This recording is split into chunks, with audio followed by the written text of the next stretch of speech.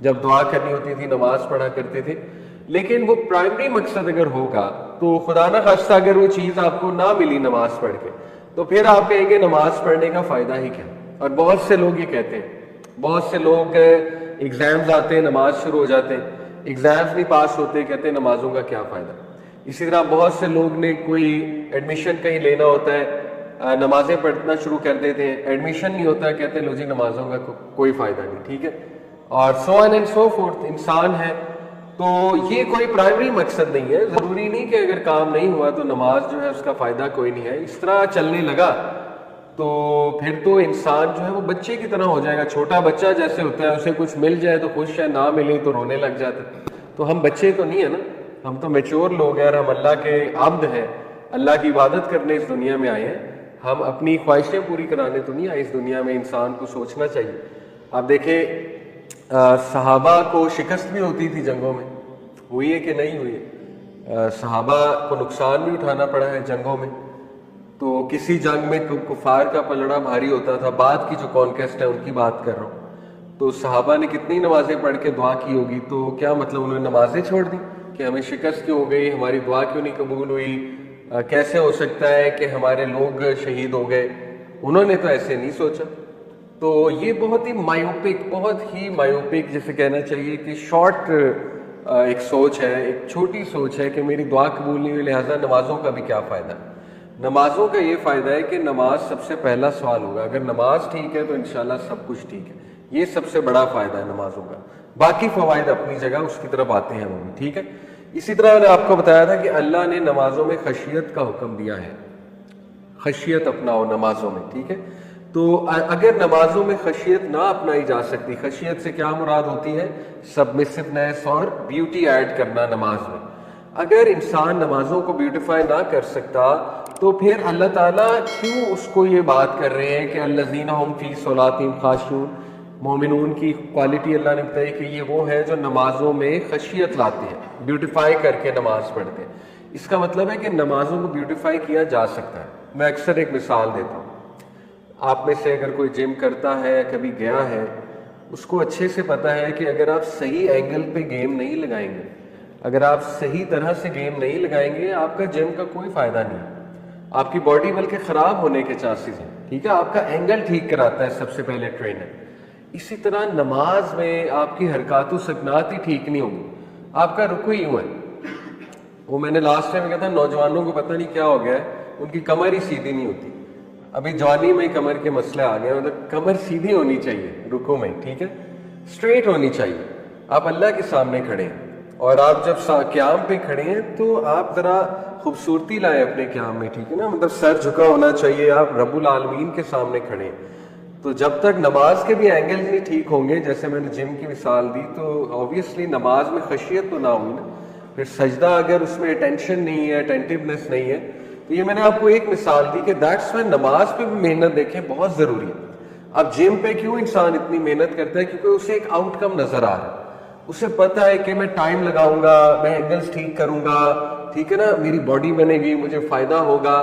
اسی طرح نماز پہ جو ٹائم لگائے گا, نماز میں بیوٹی ایڈ کرے گا, اپنے تھاٹس کو کنٹرول کرے گا. ٹھیک ہے نا, اپنے وسوسوں کو کنٹرول کرنا سیکھیں گے, اور نماز کی ٹرانسلیشن مائنڈ میں لا کر اللہ تعالیٰ کے سامنے کھڑے ہو کے باتیں کریں گے وغیرہ وغیرہ, تو ہو ہی نہیں سکتا نماز انہیں فائدہ نہ دے, اور انہیں نظر آنے لگے گا نماز کا جو فائدہ. نبی صلی اللہ علیہ وسلم نے ایک مثال پیش کی صحابہ کو کہ اگر ایک انسان کے گھر کے باہر ایک اسٹریم آف واٹر ہے اور اس میں 5 ٹائمز ڈبکی مارے تو کیا اس پر کوئی ڈرٹ رہے گی؟ تو صحابہ نے کہا آبویسلی نہیں. تو پروفٹ صلی اللہ علیہ وسلم نے کہا یہی معاملہ نماز کا ہے. 5 نماز کا مطلب ہے 5 بار ڈبکی مارنا صاف پانی میں, تو ان کے بدلے اللہ وائپس اوے آل دا ڈرٹ یعنی سنس فرام دیم. ٹھیک ہے, تو یہ بہت ہی موٹیویشنل خوبصورت حدیث ہے. اسی طرح میں نے آپ کو یہ حدیث سنائی, the 5 daily prayers and the Friday prayer until the Friday prayer are expiation. جمعے جو نمازیں ہیں جو جس نے پڑھی ہوں گی انشاءاللہ, تو وہ گناہوں کی ایکسپیشن ہے. جمعے کی جو نمازیں یعنی 1 ویک کی جو نمازیں ہم نے پڑھی ہوں گی, ٹھیک ہے, تو they are an expiation for our sins. اور دیکھیں ہم سب کو گناہ معاف کروانے کی کتنی ضرورت ہے.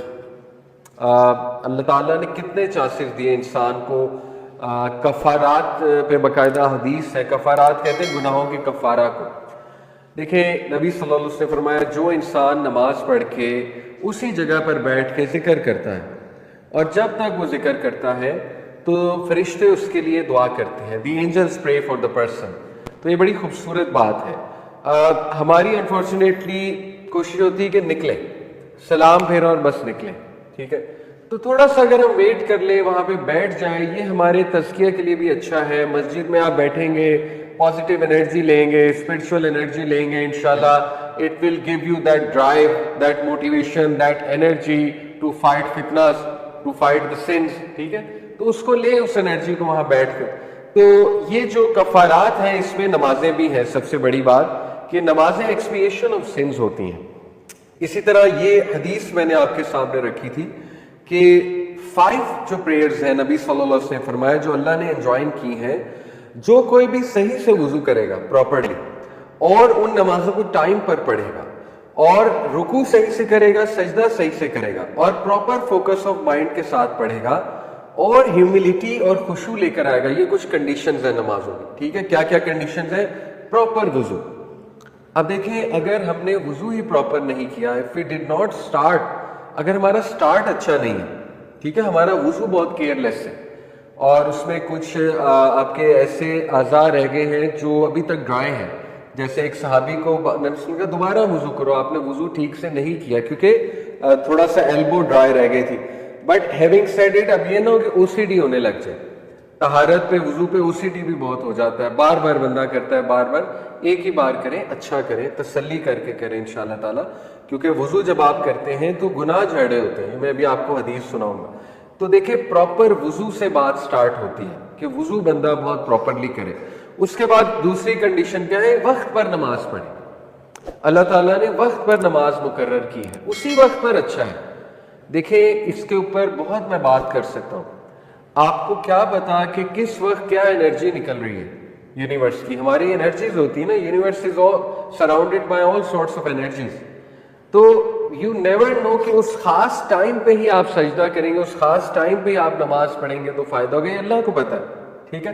اس لیے اللہ نے اس خاص ٹائم پہ نماز مقرر کر دی ہے, اسی ٹائم پہ پڑھنے کا فائدہ, ٹھیک ہے. ٹائم پہ ہی نماز پڑھیں گے تو اصل فائدہ ہوگا.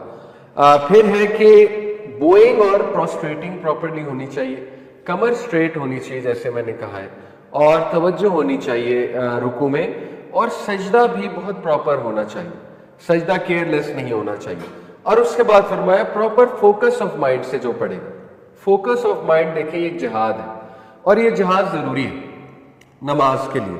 یہ جہاد ہوگی تو آپ میں مائنڈ فلنس آئے گی. اگر یہ جہاد نہ ہوتی اور کوئی ڈسٹریکشن بھی نہ آتی نماز میں, کوئی تھاٹ بھی نہ آتا نماز میں, تو پھر دیکھیں شاید نماز آپ کو اس طرح سے ٹرین نہ کر پاتی. ٹریننگ تبھی ہوتی ہے جب چیلنجز آتے ہیں. تو فوکس ہو اور خشوع ہو, ہیوملٹی ہونی چاہیے. خشوع سے مراد کیا ہے؟ دل جھکا ہو اللہ کے آگے, دل سے پڑھی جائے, دل بھی انوالوڈ ہے, جسم تو انوالوڈ ہے لیکن دل بھی انوالوڈ ہے, دیٹ از خشوع. تو انشاءاللہ یہ ساری چیزیں ہم ان لیکچرز میں اچیو کرنے کی کوشش کریں گے کہ میں آپ کو یہ باری باری چیزیں بتاؤں کہ ہم نے لانی کیسے ہیں اپنے انشاءاللہ نماز میں. تو باقی نبی صلی اللہ علیہ وسلم نے کہا جو اس طرح سے نماز پڑھے گا, اللہ کا پرومس ہے اللہ تعالیٰ اسے فورگیو کرے گا.